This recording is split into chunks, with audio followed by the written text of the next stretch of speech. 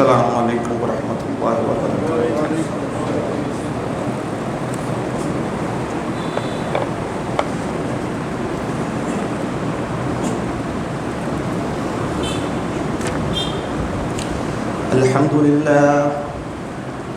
الحمد للہ نحمده ونستعینه ونستغفره ونؤمن به ونتوکل علیہ ونعوذ باللہ من شرور انفسنا ومن سیئات اعمالنا ومن يهده الله فلا مضل له ومن يضلل فلا هادي له أشهد أن لا إله إلا الله وحده لا شريك له وأشهد أن محمدا عبده ورسوله أما بعد فإن خير الحديث كتاب الله وخير الحدي حدي محمد صلى الله عليه وسلم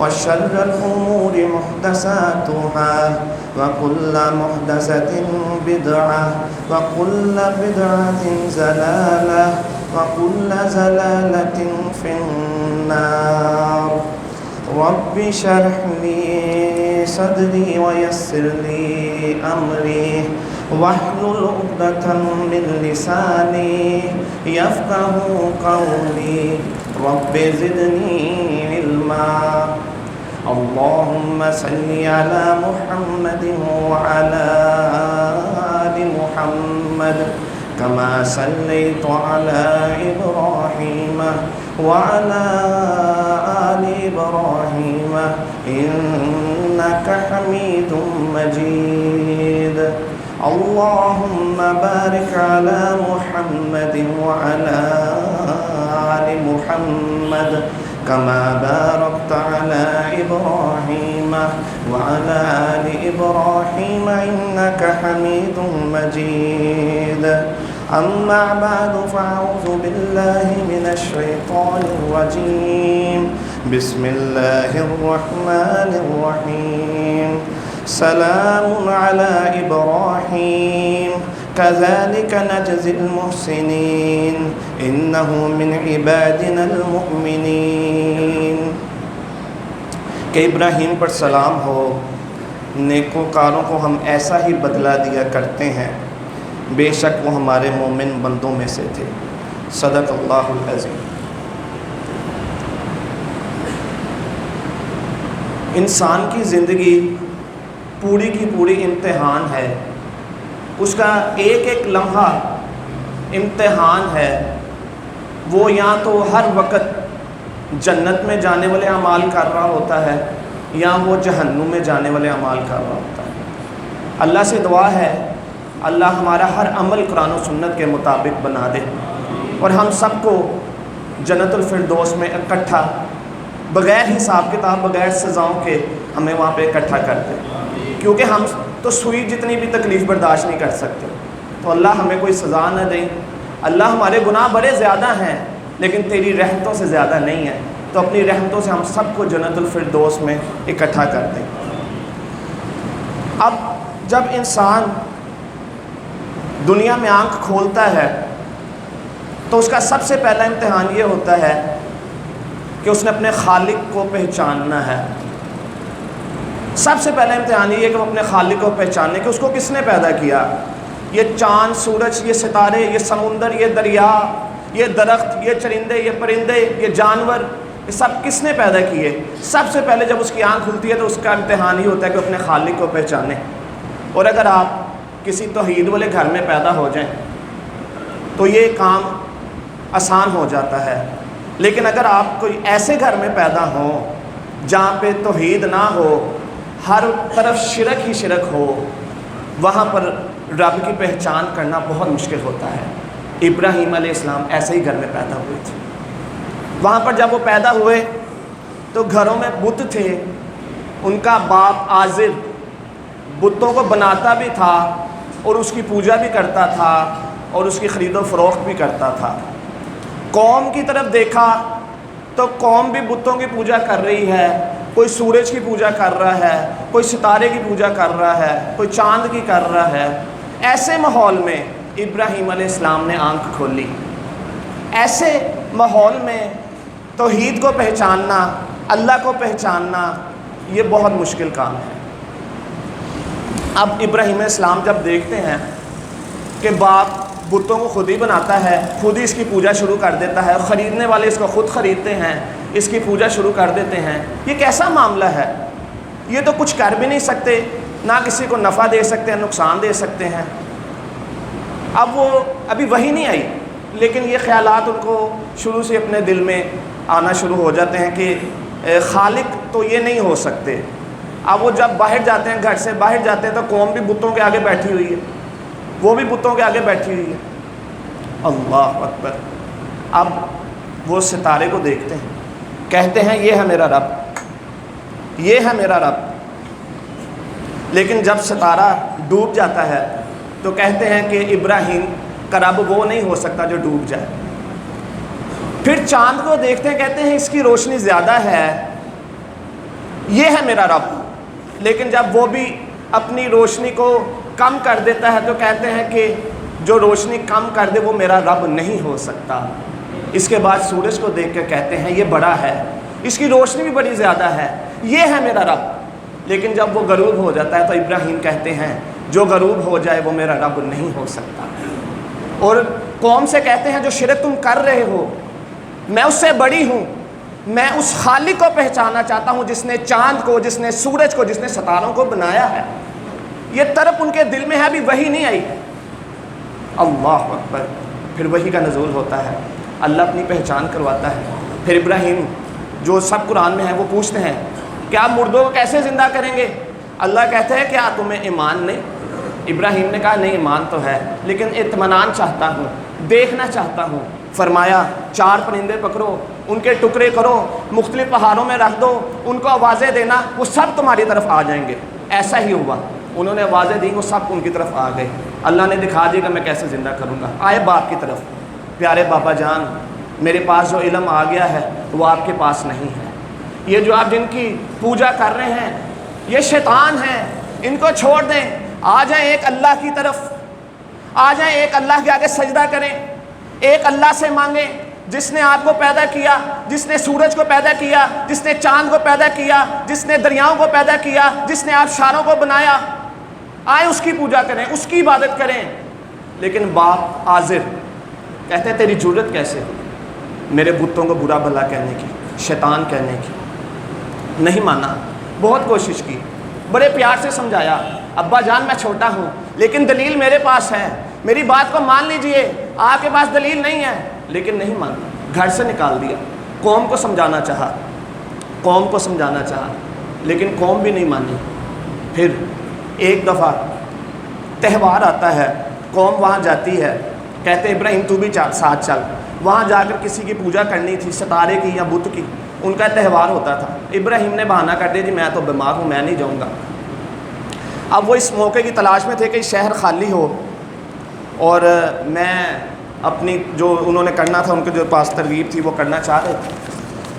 اب وہ قوم چلی جاتی ہے، پیچھے شہر خالی ہوتا ہے، بت خانے میں داخل ہوتے ہیں، سارے بتوں کو توڑ دیتے ہیں، بڑے بت کو چھوڑ دیتے ہیں، اس کے ہاتھ میں کلہارا دیکھ کے تو وہ واپس چل جاتے ہیں۔ جب قوم واپس آتی ہے، آ کر دیکھتی ہے سارے بت ٹوٹے ہوئے ہیں۔ ایک بندہ کہتا ہے وہ ایک لڑکا ہے ابراہیم، اس کو بلاؤ، اس کو بلاؤ، وہ ہمارے بتوں کو غلط کہتا تھا، شیطان کہتا تھا، یہ اس کا کام ہوگا۔ بلایا گیا، ابراہیم یہ تم نے کیا ہے؟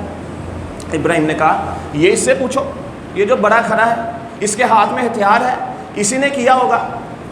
اب وہ آگے سے کیا کہتے ہیں کہ یہ تو نہ بول سکتا ہے، نہ نفع دے سکتا ہے، نہ کچھ کر سکتا ہے۔ یہی بات وہ سمجھانا چاہتے تھے قوم کو، یہی بات سمجھانا چاہتے تھے کہ جس کی تم پوجا کرتے ہو وہ کچھ نہیں کر سکتا، وہ نہ نفع دے سکتا ہے نہ نقصان دے سکتا ہے۔ یہی بات سمجھانا چاہتے تھے، لیکن قوم بھی نہیں مانی۔ اب قوم جب آپ باطل کو سمجھانا شروع کرتے ہیں نا، وہ یہاں پہ گستاخی کا لیبل لگا دے گی کہ یہ تو گستاخ ہے، جب جواب نہ آئے تو۔ ایسا ہی ہوا، بہرحال وہ اس کو بادشاہ کے پاس لے جاتے ہیں۔ اب وہ وقت کا بادشاہ، اپنے آپ کو رب کہنے والا، اس کے سامنے پیش کیا۔ جب پیش ہوئے اس کو بتایا گیا کہ یہ ابراہیم ہمارے بتوں کو شیطان کہتا ہے، برا بھلا کہتا ہے، اور یہ بادشاہ نے کہا رب تو میں، یہ کون سا رب؟ ابراہیم تیرا رب کون سا ہے؟ ابراہیم نے کہا میرا رب وہ ہے جو مارتا بھی ہے، زندہ بھی کرتا ہے۔ وہ تو کہا میں بھی کر سکتا ہوں۔ بادشاہ کہتا وہ تو میں بھی کر سکتا ہوں۔ جس کو سزائے موت ہوئی تھی اس کو پکڑا، اس کو چھوڑ دیا، راہ گزرتے کو پکڑ کے قتل کر دیا، کہا دیکھو دیکھو میں بھی مار سکتا ہوں، زندہ کر سکتا ہوں۔ اب ابراہیم کو پتہ چل گیا کہ اب اس کے بعد اس کے اوپر دلیل نہیں دینی۔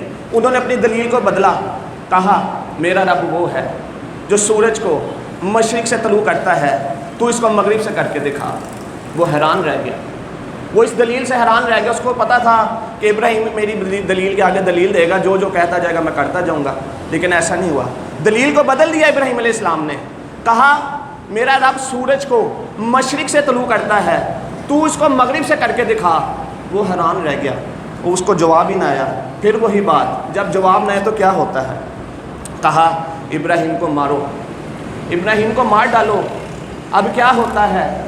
آگ کو جلانے کا انتظام ہوتا ہے، بہت بڑے پیمانے پر آگ کو جلایا جاتا ہے کہ اب ابراہیم کو اس میں ڈالنا ہے۔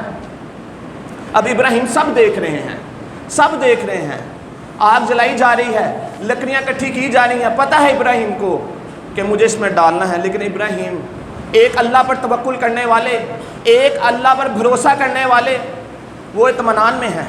اب جب وقت آیا، اب جب آگ میں ڈالنے کا وقت آیا تو جبرائیل علیہ السلام ابراہیم علیہ السلام کے پاس آ کر گھبراہٹ میں کہتے ہیں کوئی حاجت ہے؟ ان کو یہی تھا نا کہ جلدی سے کوئی مجھے بتائے میں اللہ کے حکم سے وہ کروں۔ ابراہیم علیہ السلام نے جبرائیل سے کہا کہ تو اتنا گھبرایا کیوں ہوا؟ آپ مجھے جلدی بتائیں، کوئی حاجت ہے؟ آپ کو آگ میں پھینکنے لگے ہیں، آگ آپ کے سامنے ہے، آپ مطمئن ہیں؟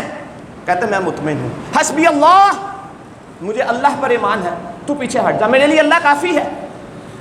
اب یہاں سے نکتہ کیا نکلتا ہے کہ فرشتوں کو بھی نہیں پتہ غیب کا علم کہ ابراہیم کو اب آگ میں ڈالنا ہے، وہ شہید ہوں گے کیا ہوں گے۔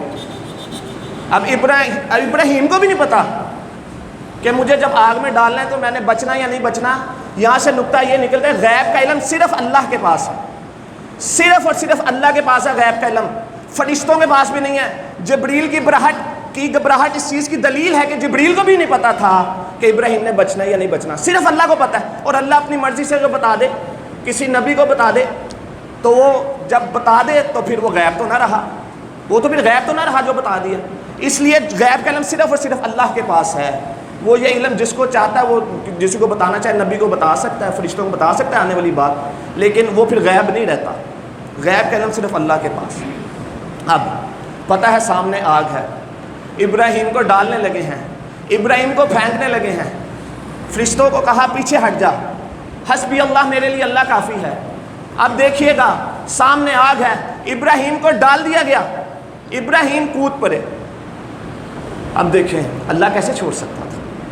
اب سب کو پتہ ہے ایک ہی بندہ اللہ کو پکارنے والا، آسمانوں پہ بھی ہلچل مچ گئی، ایک ہی بندہ اللہ کو پکارنے والا آج وہ بھی شہید ہو رہا ہے، اللہ کیسے چھوڑ سکتا تھا اس کو؟ اللہ اکبر، آگ کا کام چلانا ہے، لیکن آگ کو کیا حکم ہوا؟ کتنے لمحے ہوں گے اس کو پھینکنے میں؟ اللہ اکبر، آگ کو حکم ہوا ہے آگ تیرا کام جلانا ہے، لیکن آج تو ٹھنڈی ہوگی، میرا حکم ہے آج تو ٹھنڈی ہوگی، اور لیکن اتنی ٹھنڈی نہ ہو جانا کہ میرے ابراہیم کو سردی لگے، اس کے لیے گلزار بن جانا، اس کے لیے گلزار بن جانا۔ پھر آگ گلزار بن گئی، وہاں سے ہجرت کی فلسطین کی طرف۔ اللہ اکبر، اولاد کی خواہش تھی، بڑھاپا آ گیا تھا، پہلی بیوی سے اولاد نہیں، ہاجرہ سے اولاد ہوئی، اسماعیل علیہ السلام، چھوٹے بچے ہیں۔ اب ابراہیم ہر کام اللہ کے حکم سے کرتا ہے، آگے سے پوچھتا ہی نہیں کیوں، کیسے، کب، حکم آیا کر دیا، سمعنا واطعنا، سنا اور کر دیا۔ اب حکم کیا ہوتا ہے؟ جا اپنی بیوی کو اور اپنے چھوٹے بچے کو اس میدان میں چھوڑا جہاں پہ بیت اللہ شریف ہے۔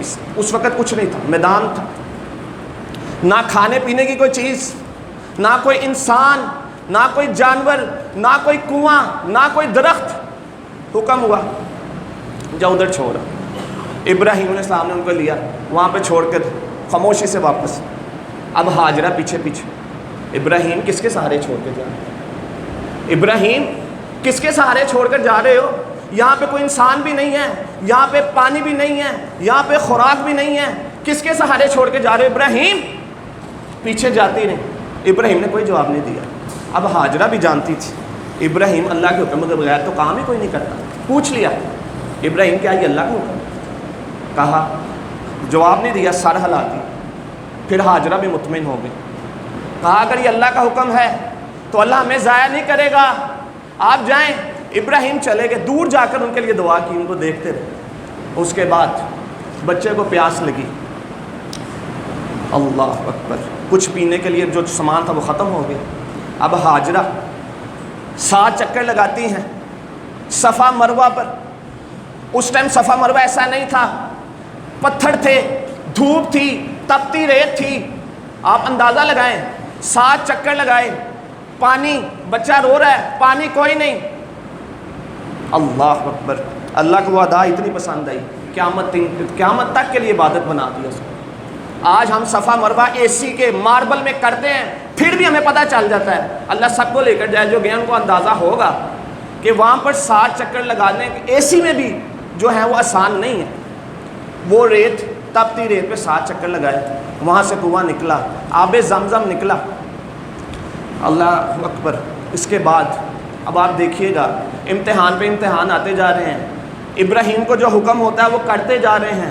حکم آیا، سمعنا واطعنا۔ اس کے بعد دیکھیے گا بیٹا چلنے پھرنے کے قابل ہوا۔ خواب میں کیا دیکھتے ہیں؟ چھری چلا رہا ہوں، اس کے گلے پہ ذبح کر رہا ہوں۔ اللہ اکبر، کتنی آزمائشیں ابراہیم پر آئیں، کتنے امتحان آئے، لیکن کوئی بات ہی نہیں کی، پوچھا ہی نہیں۔ خواب دیکھا، بیٹے کو بلا لیا، بیٹے میں نے خواب میں تجھے ذبح کرتے دیکھا ہے۔ اب اسماعیل علیہ السلام نے جواب کیا دیا؟ آپ نے جو خواب دیکھا ہے آپ اس کو کر گزریے، آپ مجھے صابرین میں سے پائیں گے۔ اب اسماعیل کو پتہ ہے یہ چھری کسی جانور پر نہیں چلنی، یہ چھری میرے گلے پہ چلنی، ان کو پتہ تھا۔ لیکن انہوں نے کہا آپ کو جو اللہ نے حکم دیا ہے وہ کر گزریے، آپ مجھے صابروں میں سے پائیں گے۔ اللہ اکبر۔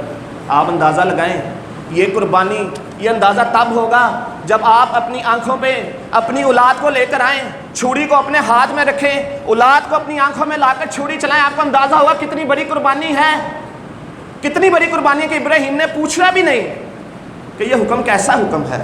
نہ بیٹے نے کہا آپ کر گزریے، آپ مجھے صابروں میں سے پائیں گے۔ اللہ اکبر۔